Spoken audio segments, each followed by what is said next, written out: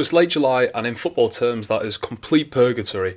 The Euros have ended for about 2 weeks now, and the season is about 3 weeks away, so we are currently bang smack in the middle of the pre-season. But every single year it seems to get more and more commercialised. So in this video I'm going to ask, are pre-season tours starting to ruin football? One of the first commercial superstar tours was with Man United in 2003. They went over to America after they finished the season, and after the 90s, they were just becoming global superstars. Everyone in the team. They had David Beckham, who was just an absolute megastar at the time. And this saw them ship players like Rui van Nistelrooy, Rio Ferdinand, Roy Keane, all over to America and basically tried to make Man United more of a brand, which essentially it did. It became one of the biggest sporting brands in the world. And as we know, in the 2000s, the Glazer family did buy Manchester United. So obviously there was a huge plan at works there. And this takes us today, where last season it was announced that there'd be a Premier League Summer Series which would take place in America. It was a mini tournament which Chelsea won in the end between 6 Premier League teams.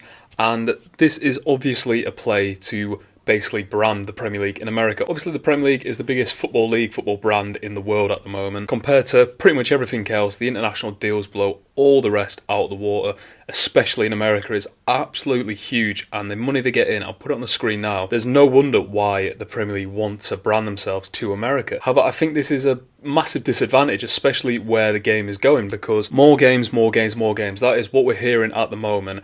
Every single tournament, they're adding more and more games. We saw it in the international tournaments in the mid-2010s. They added around 16 in. We're seeing it in the Champions League. It's turned into a league format system where there'll be more and more games. And then you add these tournaments in where I feel bad for the teams, because as we can all kind of guess, a lot of players don't love pre-season. It should be about getting your fitness. It should be about getting the tactics right, maybe for a new manager. It should be embedding new signings into the squad and making it harmonious. But it has become an advert, basically, hasn't it? It's become an advert for Chelsea to flog off all the shirts to all the American fans. And we saw this because it's a complete contradiction of itself just across the board. We're hearing top managers moan and moan about the amount of games, and I think it is warranted. However, then the clubs will fly Newcastle and Tottenham off to Australia right after the season has finished to play an absolute meaningless friendly, just to promote it to an Australian audience. And I do think the managers are stuck between a rock and a hard place, because what I can guess, I think most managers are in it for the football, they're in it for the tactics, they're not in it for the fame. I think we always put the blame on a Jurgen Klopp, a Pep Guardiola, when they say we're playing too many games, and then the pre-season tours will get written with loads of games in against huge teams and it will cause injuries. But I think nowadays it is mainly due to the marketing teams, the branding teams within the clubs. I don't think Pep Guardiola chose to go to Asia last year, because if we look at it, Man City did go to Asia last year and they played it in Japan and South Korea. And on one side you do kind of go, they should promote themselves to a wider audience. Why does a South Korean fan have any less right to someone in the UK to see their favourite player? Unfortunately, partly it is just how the cookie crumbles.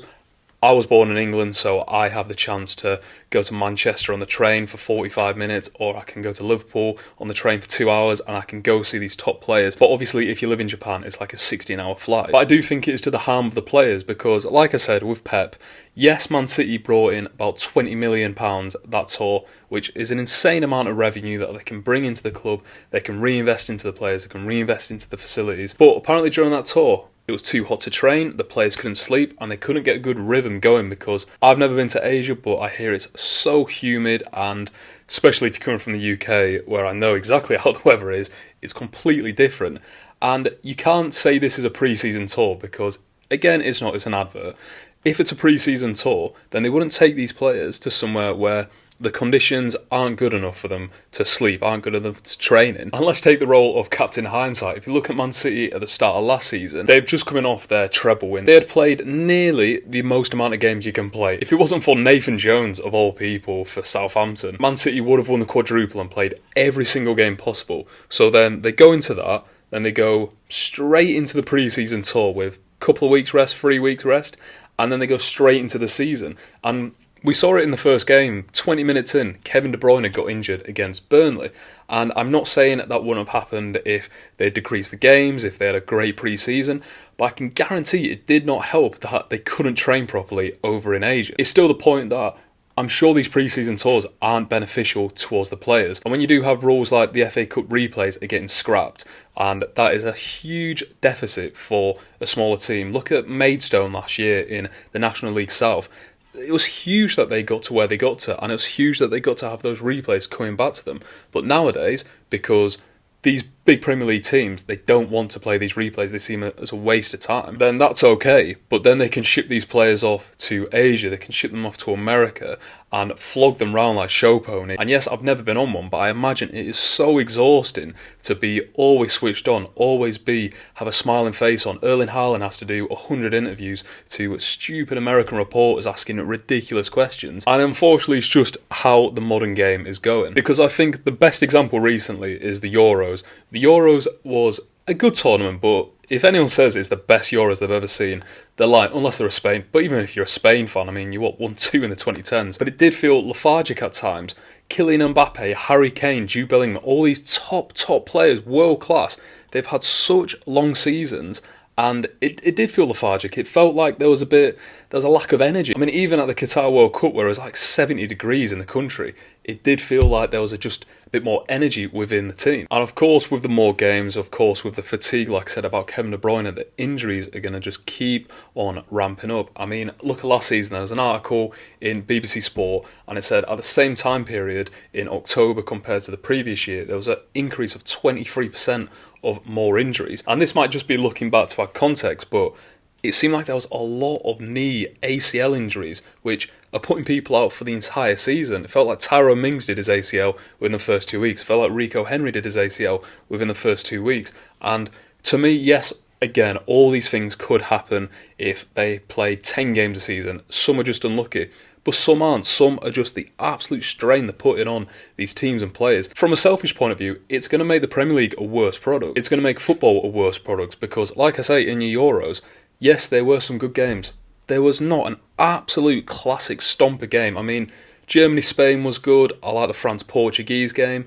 But compared to other tournaments, it was nowhere near the quality. But my final point on this, and it feels like they're drip-feeding it, and do exactly what they want to do and ship English football games to America. They're trying to do this at the moment. It came out a few months ago that I believe FIFA had lifted a rule that it could play games over there, which essentially they're trying to steal our English football game to give it over to America. And I love the NBA, I love the NHL, NFL, hit or miss, but it's a completely different thing. It's a spectacle over there, whereas football is basically a religion in England. And if they change that, and if they try to do it as a spectacle, if they do halftime shows, if they try and get Adele to sing a song at halftime, and unfortunately it probably will be successful. I mean, no offence, there's a lot of idiots in the world who will just gobble up all of that, but it's not a way that I personally want football to go, and I can see it happening. And there's such good American fans who support Premier League clubs, and don't get me wrong, I'm not lumping you all in the same bracket, because there are some hardcore fans that wake up at 2 a.m. to watch Newcastle versus Brighton, and all power to you, fair play.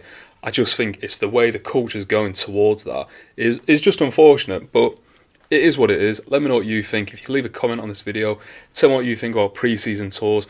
I think there's still a place for them. I think it's good for foreign fans to get to see their favourite players, and I always can see both sides of it. But I just think it's a complete contradiction when these players can't do an FA Cup replay down the road from Man City to Rochdale, but they can do a 6-week tour travelling from Kansas City to Los Angeles. I mean, it's ridiculous. I think everyone knows that, and I think even the Premier League and Richard Masters knows that. But here we are. If you could leave a like on the video, that'd be really appreciated. If you could subscribe to the channel, that'd be great as well. But thanks for watching.